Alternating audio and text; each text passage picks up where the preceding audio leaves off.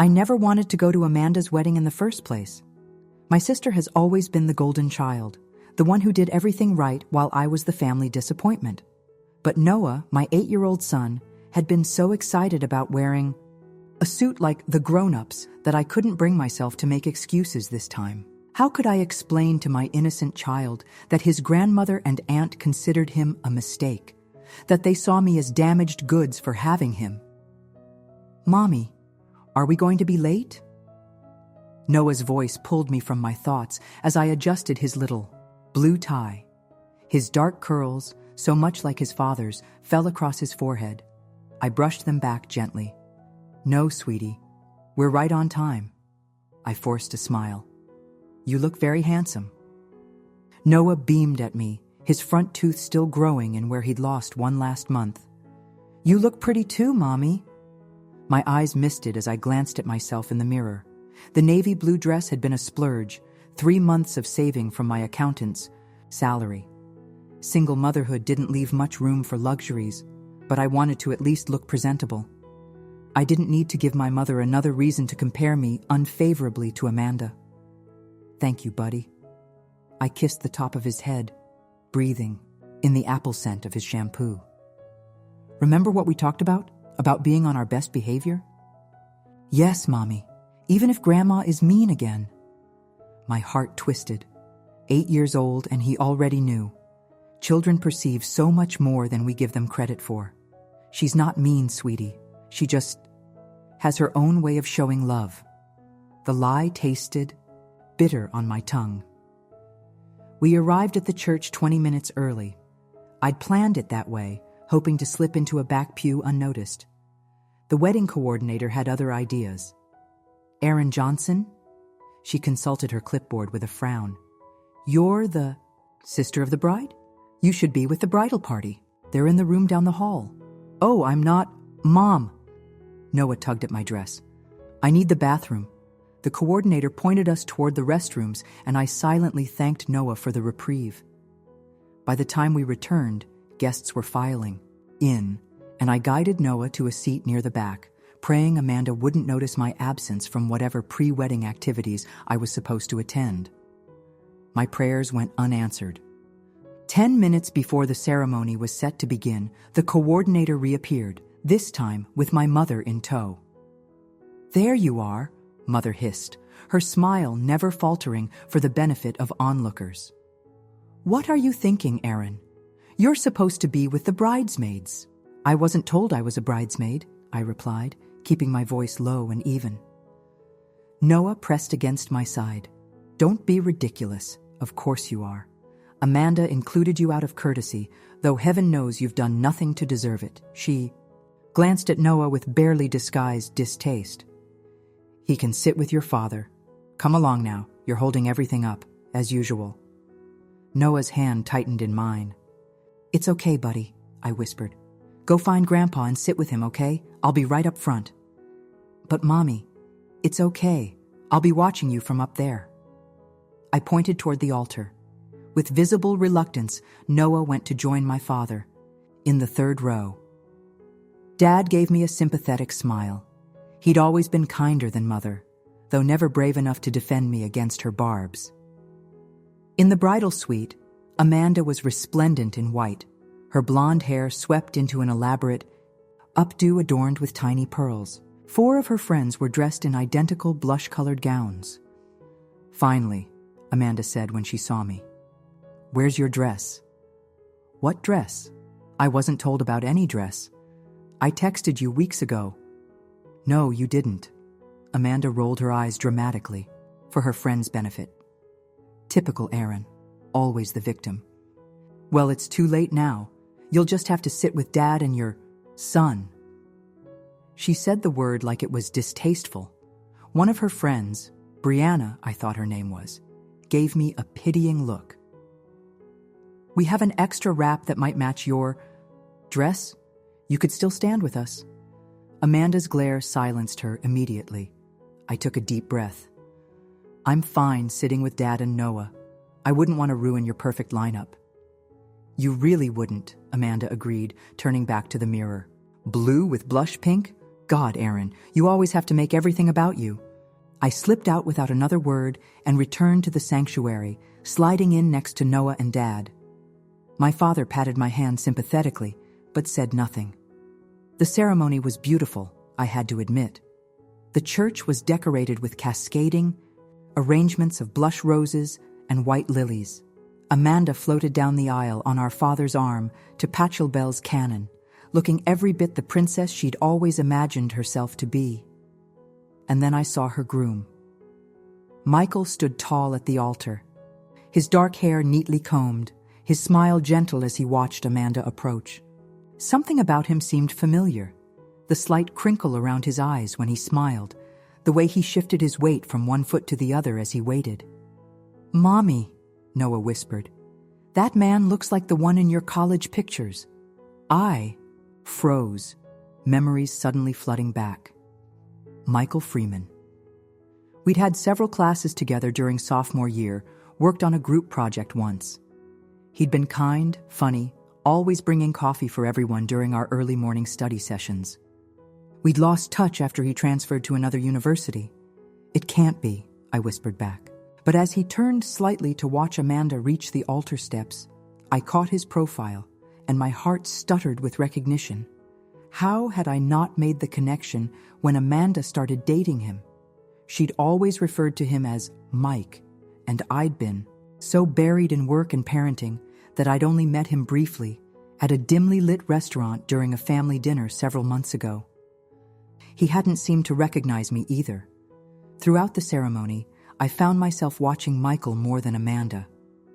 He'd changed over the years, broader shoulders, a few dignified strands of silver at his temples, fine lines speaking to a decade of laughter and perhaps some sorrow.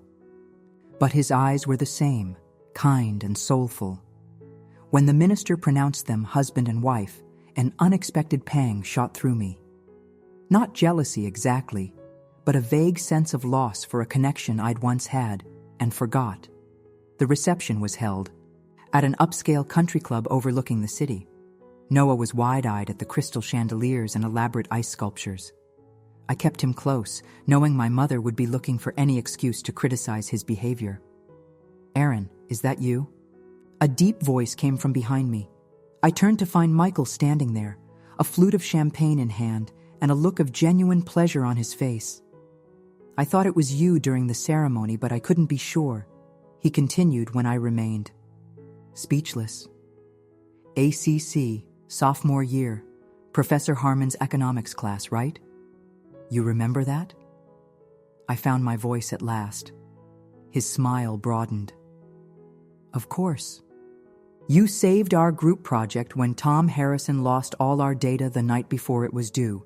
I've never seen anyone reconstruct a financial analysis that quickly." Noah looked between us curiously. "Mommy, is he your friend?" Michael crouched down, to Noah's level. "I'm Michael. I used to know your mom when we were in college. We were definitely friends." "I'm Noah," my son replied, with the solemn dignity of a child determined to be grown up. "I'm 8. Did you know my mommy is super smart?" "She does numbers all day," Michael laughed, a warm, genuine sound. "I did know that. Your mom was always the smartest person in our class." I felt my cheeks warm. "I think you're misremembering. Weren't you the one who got that internship with the financial firm everyone was competing for?" "Only because you didn't apply. You would have gotten it hands down." Before I could respond, Amanda appeared at Michael's side, her arm sliding possessively through his. "Darling, the photographer wants us for some sunset shots by the water feature." Her eyes moved from him to me, narrowing slightly. "I see you've met my sister." "Actually, we knew each other in college," Michael said. "We had several classes together." "How quaint," Amanda said, her tone suggesting it was anything but. "I had no idea. Aaron never mentioned it." "I didn't realize it was the same Michael," I said truthfully. "It's been a long time." Amanda's smile didn't reach her eyes. "Well, isn't this a charming coincidence? But we really should get those photos done, darling. The light is perfect right now." Michael hesitated, looking at Noah and me. "We'll catch up more later, Aaron. It's really good to see you again." To Noah, he added, "Maybe save me a dance, little man?" Noah nodded enthusiastically. "I've been practicing." As Amanda led Michael away, I caught her whispered, "I don't remember you mentioning knowing my sister." "I didn't realize Erin was your sister until today," I heard him reply. "It's a common enough name." Their voices faded as they moved toward the terrace doors. Noah tugged at my hand. "He's nice, Mommy. Not like Aunt Amanda."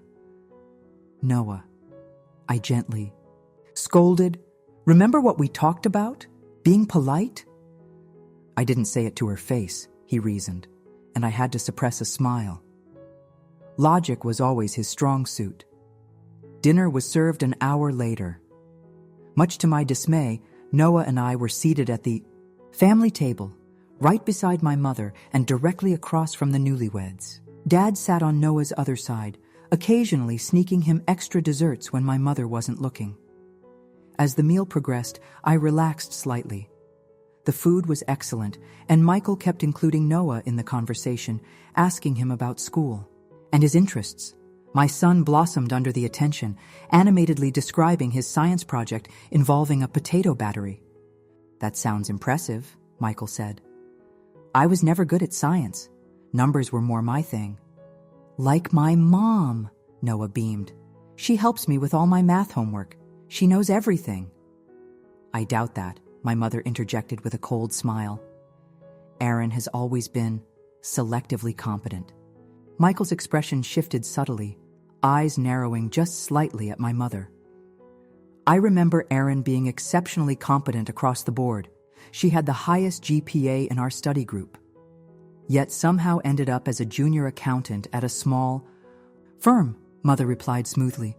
"While Amanda became a marketing director by 30, I like my job," I said quietly, "and it gives me the flexibility to be there for Noah." "Of course it does," Amanda said with false sweetness. "Some of us have ambition, others have different priorities." The conversation mercifully shifted to the honeymoon plans. 2 weeks in the Maldives. I focused on helping Noah cut his chicken, grateful for the reprieve. But the respite was short-lived. The DJ announced it was time for toasts.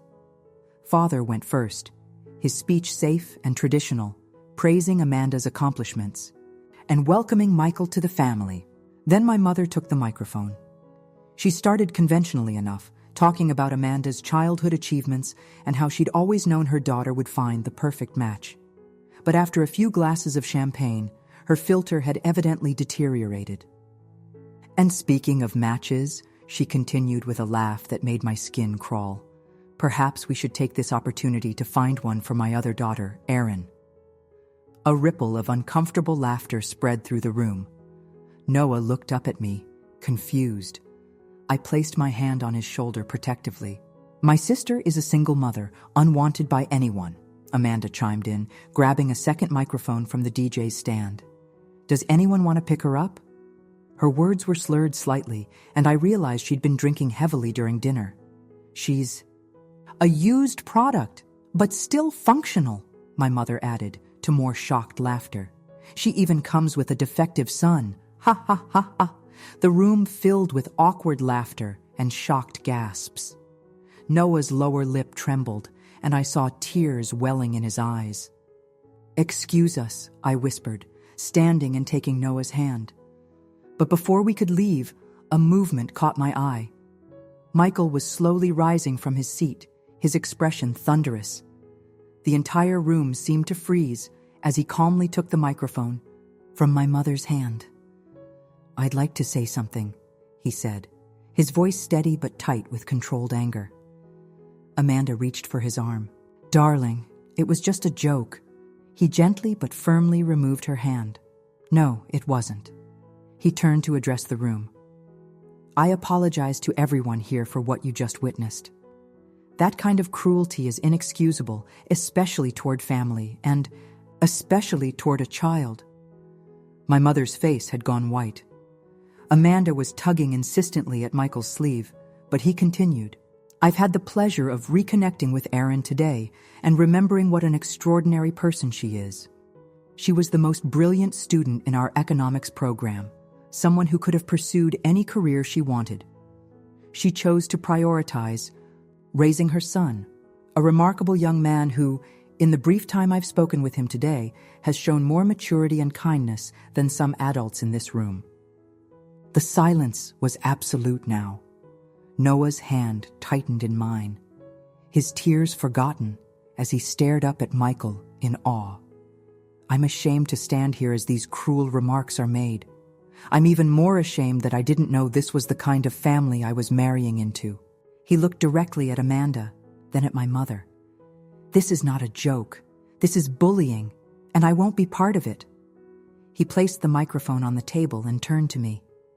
Aaron, I'm so sorry. You and Noah deserve better than this. Then, to the shock of everyone, including me, he walked around the table, took off his boutonniere, and pinned it to Noah's suit jacket. This is for the most distinguished gentleman in the room, he said with a wink. Without another word, he walked out of the reception hall, leaving a stunned silence behind him. Amanda recovered first, snatching up the microphone. He's just had too much to drink, she said with a forced laugh. DJ, let's get the dancing started. As music filled the room and confused guests made their way to the dance floor, I led Noah outside. We found a quiet bench in the garden, where the sounds of the reception were muted by distance and the gentle splash of a fountain. Why did Grandma and Aunt Amanda say those things, Mommy? Noah asked, his fingers tracing the petals of the boutonniere Michael had given him. I struggled to find the right words. Sometimes people say unkind things because they're unhappy with themselves, I finally answered.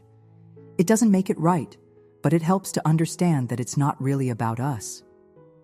Are we going home now? Yes, buddy. I think we've had enough. Excitement for one day.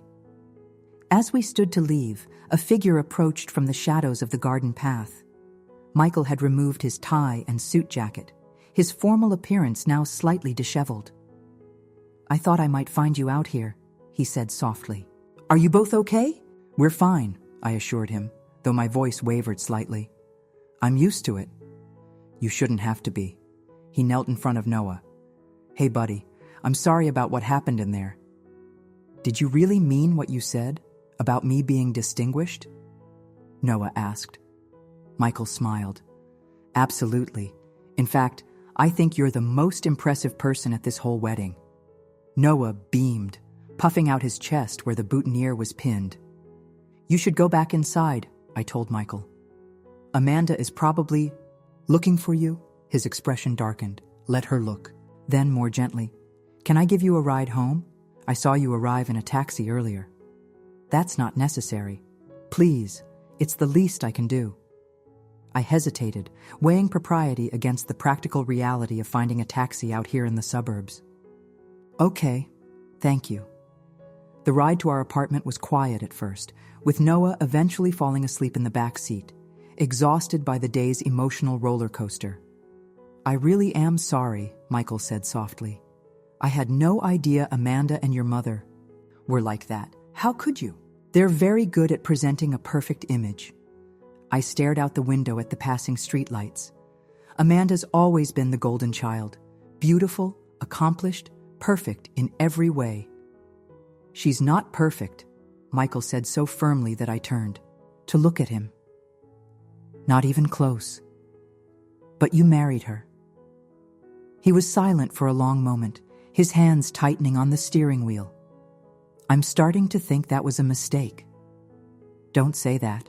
It's just wedding day stress, and maybe shock at seeing my mother's true colors. I tried to sound convincing. Every family has its issues. There's a difference between issues and cruelty, Aaron. He glanced at me. Has it always been like this? Even when we were in college? I nodded slowly. My whole life. I was never quite good enough, never quite pretty enough, never quite perfect enough. And then when I got pregnant with Noah, where is his father, if you don't mind my asking? He decided fatherhood wasn't for him.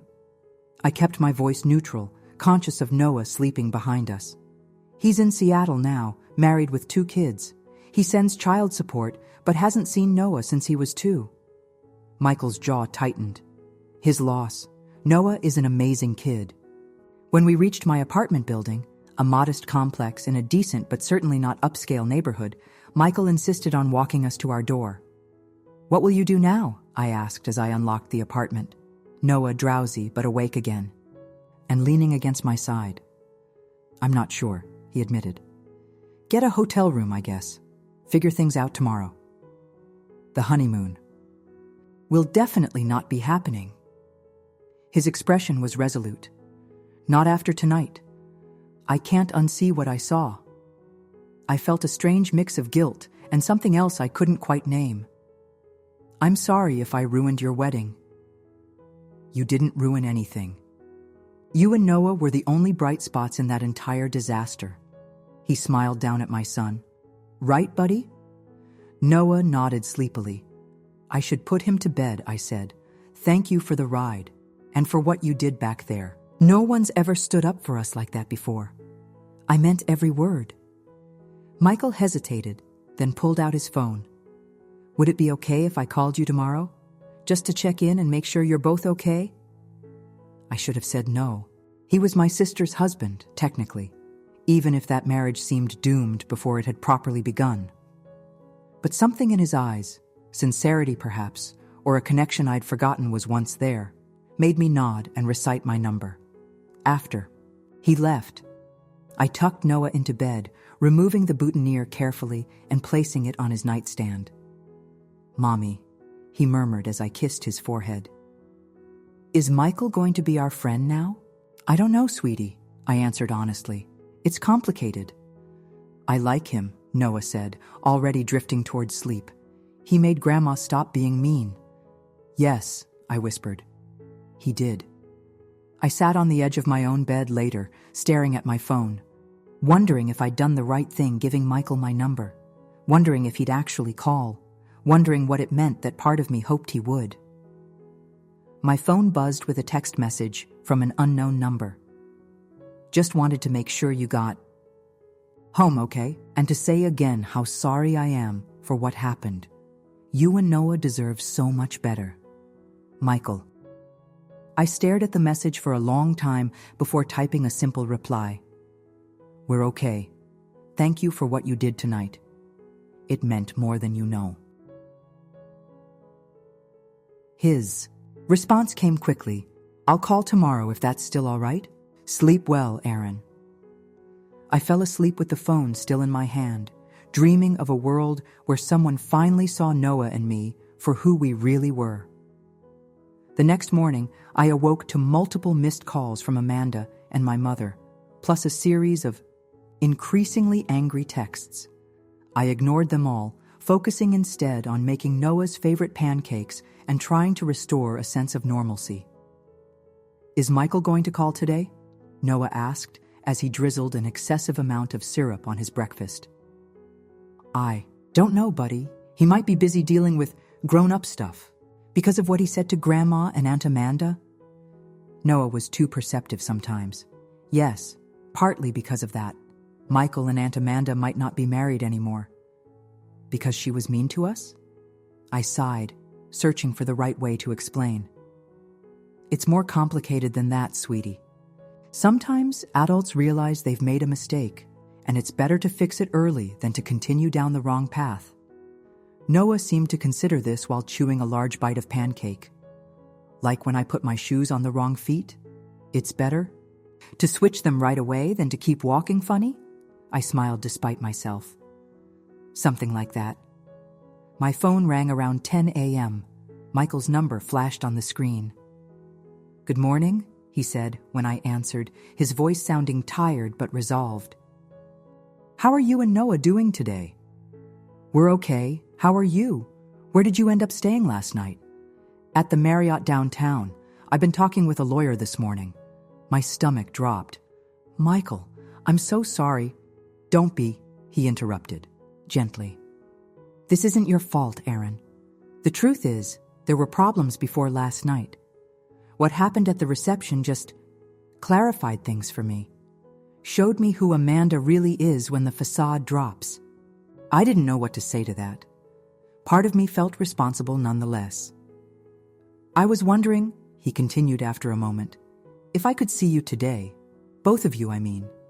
Noah mentioned a park near your apartment yesterday. Maybe we could meet. There? I could use some normal human interaction after the morning I've had. I should have refused. But Noah was watching me expectantly, having heard Michael's name, and I found myself agreeing. Great, Michael said, relief evident in his voice. How about 1 o'clock? I can bring lunch if you'd like. That's not necessary. I want to, he insisted. Please, let me do this one small thing. We met at the neighborhood park, a modest but well-maintained green space with a playground and duck pond. Noah spotted Michael from a distance and waved enthusiastically. He was carrying a large picnic basket and a blanket. I might have gone overboard, he admitted, as he spread the blanket under a shady oak tree. I wasn't sure what you both liked, so I got a little of everything. The basket contained an impressive array of sandwiches, fruit, chips, cookies, and drinks. Noah's eyes widened. This is like a feast, he exclaimed. A humble feast for distinguished company, Michael replied with a wink, making Noah giggle. As Noah ate with the hearty appetite of an 8-year-old boy, Michael and I talked. He told me that he'd filed for an annulment that morning. An annulment? I was surprised. Not a divorce? The marriage was less than 24 hours old, and there were grounds. His expression suggested there was more to the story, but he didn't elaborate with Noah present. How did Amanda take it? Not well, he admitted. There was a lot of screaming. Accusations, your mother got involved. It wasn't pleasant. I'm sorry. Stop apologizing, Aaron. This isn't your fault. He looked at me intently. If anything, you helped me dodge a bullet. I was having doubts already, but seeing how they treated you and Noah, I couldn't go through with it. After lunch, Noah asked if he could feed the ducks. We watched from the blanket as he carefully tore a slice of bread into tiny pieces, scattering them for the eager waterfowl. He's a great kid, Michael said. You've done an amazing job with him. Thank you. It hasn't been easy, but he's worth every struggle. I remember you in college, you know, Michael said after a moment. You were always so focused, so sure of what you wanted. Top of the class, on track for a prestigious internship. What happened, if you don't mind my asking? I watched Noah, contemplating how much to share. Life happened. I fell in love with Noah's father during senior year. Got pregnant just before graduation. He wanted me to not have the baby. I swallowed hard. I couldn't do that, so I made a choice. And then another choice, and here we are. No regrets. You're remarkable, you know that? Michael's voice was soft. I laughed, embarrassed by his praise. I'm really not. I'm just a mom trying to do her best. That's what makes you remarkable. He hesitated, then added, I always had a crush on you in college. My head snapped toward him. What? No, you didn't. I absolutely did. He grinned. Why do you think I always brought coffee for our study group? I was hoping you'd notice me. But you never said anything. You were dating that guy, what was his name? The one with the vintage motorcycle. Derek, I supplied. That wasn't serious. Just a few dates. Well, I didn't know that. And then I transferred schools junior year when my dad got sick, and we lost touch. He shrugged. Life happened for me too. I stared at him, recalibrating my college memories with this new information. Had there been signs I'd missed, moments misinterpreted? And then you met Amanda, I said. His expression sobered. Yeah, ironic, isn't it? I had no idea she was your sister when we started dating. She never mentioned having a sister named Erin. Always referred to you as my estranged sister when she mentioned you at all, which was rarely. We were never close, I admitted. Even before Noah, she was always my mother's daughter and I was not. Michael reached over and squeezed my hand briefly. Well, based on what I've seen, that's a compliment to you. Something shifted between us in that moment, a recognition, perhaps, of possibilities that might have been, and maybe could still be. But it was too soon, too complicated, with Amanda's rage and my mother's disapproval hovering over us like storm clouds. Noah came running, back interrupting the charged moment. "Mommy, Michael, the ducks followed me. Can we come back tomorrow and feed them again?" Michael caught my eye, a question in his gaze. "We'll see, buddy," I said to Noah, but my eyes remained on Michael. "We'll see." Over the next few weeks, Michael became a regular presence in our lives. At first, we met in public places, the park, the children's museum, a pizza place Noah loved that had an indoor playground. As the awkwardness faded, he began visiting our apartment, bringing dinner or helping Noah with his homework. "You're good with him," I observed one evening, as Michael patiently explained fractions using pizza slices as visual aids. "He makes it easy," Michael replied. "He's so eager to learn, and scary smart, like his mom." Noah beamed at the compliment. "Michael's teaching me chess, too," he informed me proudly. "He says I'm a natural strategist," Michael supplied. "Yeah, that." As Noah went to get the chess set, I asked Michael, "Have you heard anything more about the annulment?" His expression tightened. "Amanda's contesting it. Your mother's involved, of course. It's getting ugly. If you say sorry one more time, I'm going to start charging you $1, he warned with a hint of a smile. "This isn't your battle, Aaron." But it feels like it is. If I hadn't shown up at the wedding, then I would have married a woman I didn't really know, and probably been miserable for years before an even messier divorce. He shook his head. "You did me a favor." Over the next few months, a routine developed. Michael would come over 3 or 4 evenings a week, sometimes bringing work from his financial consulting job to do alongside me as I went through accounting spreadsheets after Noah went to bed. On weekends, we'd take Noah to museums, parks, or movies. It was domestic and comfortable in a way I'd never experienced before. Amanda's rage, meanwhile, had not subsided. She left scathing voicemails and sent nasty texts accusing me of stealing her husband. My mother was equally vicious, suggesting I'd always been jealous of Amanda and had deliberately sabotaged her marriage. Maybe we should stop seeing each other for a while, I suggested to Michael one night after a particularly vile message from Amanda. Just until things calm down. "Is that what you want?" he asked, eyes searching mine. "No," I admitted. "But I hate being the cause of all this drama." "You're not the cause. Amanda and your mother are." He took my hand. "I'm not going anywhere, Aaron. Not unless you want me to." "I don't," I whispered. "That's what scares me." The legal battle stretched on for months. Amanda fought the annulment. With everything she had, seemingly more out of spite than any desire to actually be married to Michael.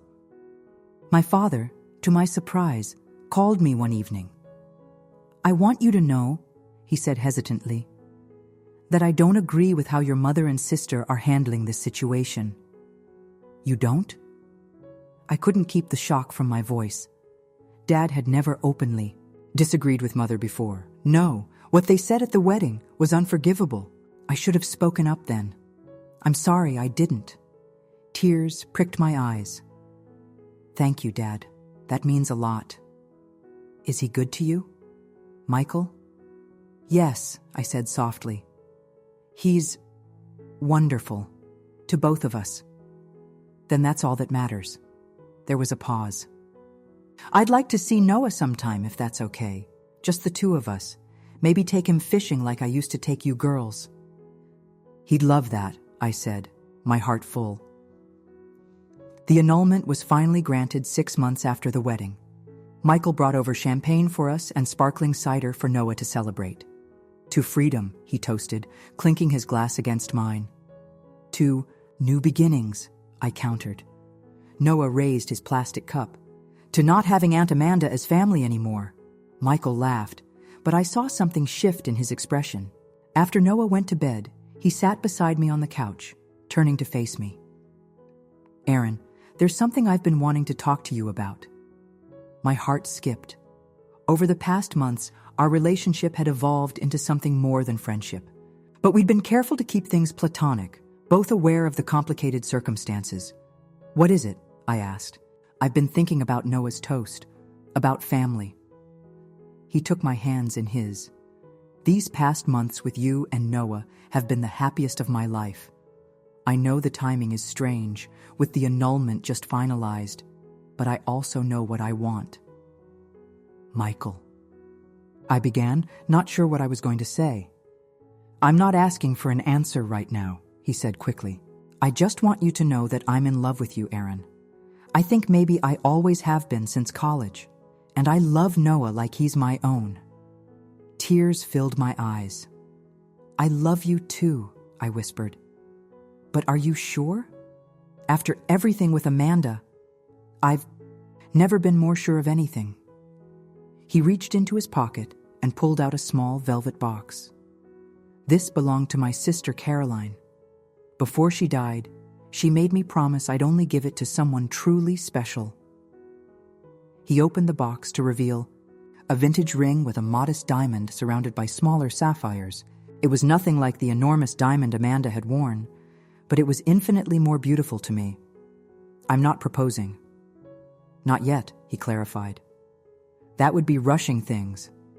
But I wanted you to have this as a promise, that whenever you're ready, in 6 months, a year, however long you need, I'll be here, ready to make our family official. I couldn't speak through my tears.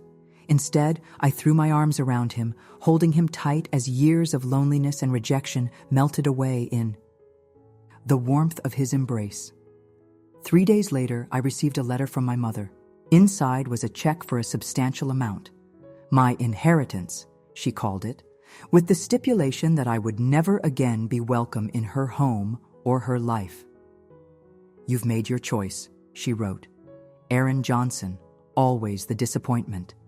I should have been hurt, but instead, I felt a strange sense of liberation as I tore the check and letter into tiny pieces. I didn't need her money or her approval. I had something far more valuable. That evening, Michael helped Noah with his science homework while I prepared dinner, the three of us moving around each other with the easy familiarity of a family. Later, as Noah was getting ready for bed, he asked me a question that stopped me in my tracks. Mommy, is Michael going to be my dad someday? I glanced at Michael, who stood in the doorway, a tender expression on his face. Would you like that? I asked my son carefully. Noah nodded solemnly. He's better than my real dad. He shows up. Michael crossed the room and knelt beside Noah's bed. Buddy, I would be honored to be your dad someday, if that's what you and your mom want. Even though I'm defective? Noah asked in a small voice, and my heart shattered at the reminder of my mother's cruel words. You are not defective, Michael said fiercely. You are perfect exactly as you are. You're smart and kind and brave. Any man would be proud to call you his son. Noah considered this, then nodded, apparently satisfied. Okay, but you have to marry my mom first. That's how it works. Michael's eyes met mine over Noah's head. That's absolutely how it works, he agreed. And I plan to, as soon as she'll have me. Later that night, with Noah asleep, Michael and I sat on the balcony of my small apartment looking at the city lights. Did you mean what you said to Noah? I asked quietly. Every word. I took a deep breath, reaching a decision. Then asked me again. His eyes widened. Are you sure? I meant it when I said we could wait. I've spent my whole life waiting. To be good enough. Waiting to be accepted. Waiting for someone to see me as I really am. I took his hands in mine. I don't want to wait anymore. Michael slid from the chair to one knee, still holding my hands. Aaron Johnson, will you marry me? Will you let me be Noah's father and your husband and build the family we all deserve? Yes, I whispered, tears of joy replacing the tears of pain I'd shed for so many years. Yes, to all of it. 6 months later, We married in a simple ceremony in the park where we'd had our first real date. Noah stood beside Michael as his best man, prouder than I'd ever seen him. My father came, without my mother, and hugged me with tears in his eyes. "I'm so happy for you, sweetheart," he said. "I should have stood up for you long ago. I hope someday you can forgive me." "I already have, Dad," I assured him. "Amanda and—" My mother did not attend, of course, but their absence felt like a blessing rather than a loss. The space they'd once filled with criticism and cold judgment was now occupied by friends who truly cared about us, who celebrated our happiness instead of diminishing it. After the ceremony, as Noah ran ahead to feed the ducks, Michael and I walked hand in hand along the pond's edge. "Any regrets?" he asked, squeezing my hand. I thought about the path that had led us here, the pain and struggle, but also the joy and love that had come from it. "Not a single one," I answered honestly. Everything that happened brought us right where we're supposed to be. Noah came running back, his suit slightly rumpled, his face alight with joy. "Dad! Mom! The ducks remembered me!" Michael scooped him up, holding him high. "Of course they did! Who could forget the distinguished Noah Johnson Freeman?" As Noah giggled in Michael's arms, I realized that what my mother and sister had seen as my greatest failures, having Noah, prioritizing him over career ambitions, being a single mother, had actually been my greatest strengths. They had shaped me into someone capable of recognizing and appreciating true love when it finally came. That evening, as Michael and I tucked Noah into bed together for the first time as an official family, my son looked up at us with serious eyes. "I knew it would work out like this," he said with the supreme confidence of childhood. "From the wedding, when Michael gave me his flower thing." "His boutonniere?" I prompted, smiling. "Yeah, that. I knew he was going to be my dad." Noah yawned widely. "I'm smart like that." "Yes, you are, buddy," Michael agreed, pressing a kiss to his forehead. "The smartest kid I know." Later, in the quiet of our bedroom, Michael held me close. "You know, we should probably thank Amanda and your mother someday," he mused. I raised an eyebrow. "Thank them? For what? If they hadn't been so horrible at the wedding, I might never have found my way back to you." He brushed a strand of hair from my face. "I might have gone through with marrying the wrong sister." "When you put it that way." I laughed softly. "Maybe we'll send them a fruit basket. Or just be blissfully happy," he suggested. "That might annoy them more." "I can do that," I agreed, snuggling closer to him. "I can definitely do that." And we did. We built our life together one day at a time, ordinary days filled with school runs and work meetings and dinner around the table, but also extraordinary days of achievements and celebrations and love that grew stronger with each passing year. We never did reconcile with my mother or Amanda. Some wounds run too deep, some bridges burn too completely. But we created our own family, one built on acceptance and unconditional love. Noah thrived under Michael's guidance, blossoming into a confident young man who knew his worth was never determined by others' judgments. And sometimes, when I watch my husband and son together, heads bent over a chess game, laughing at some private joke, or simply existing in the comfortable silence of absolute belonging, I think about that wedding day. How what was meant to humiliate me instead led me to the greatest happiness I've ever known. Sometimes life's cruelest moments deliver us exactly where we need to be, if only we have the courage to keep going, to keep believing we deserve better. I did, and it made all the difference.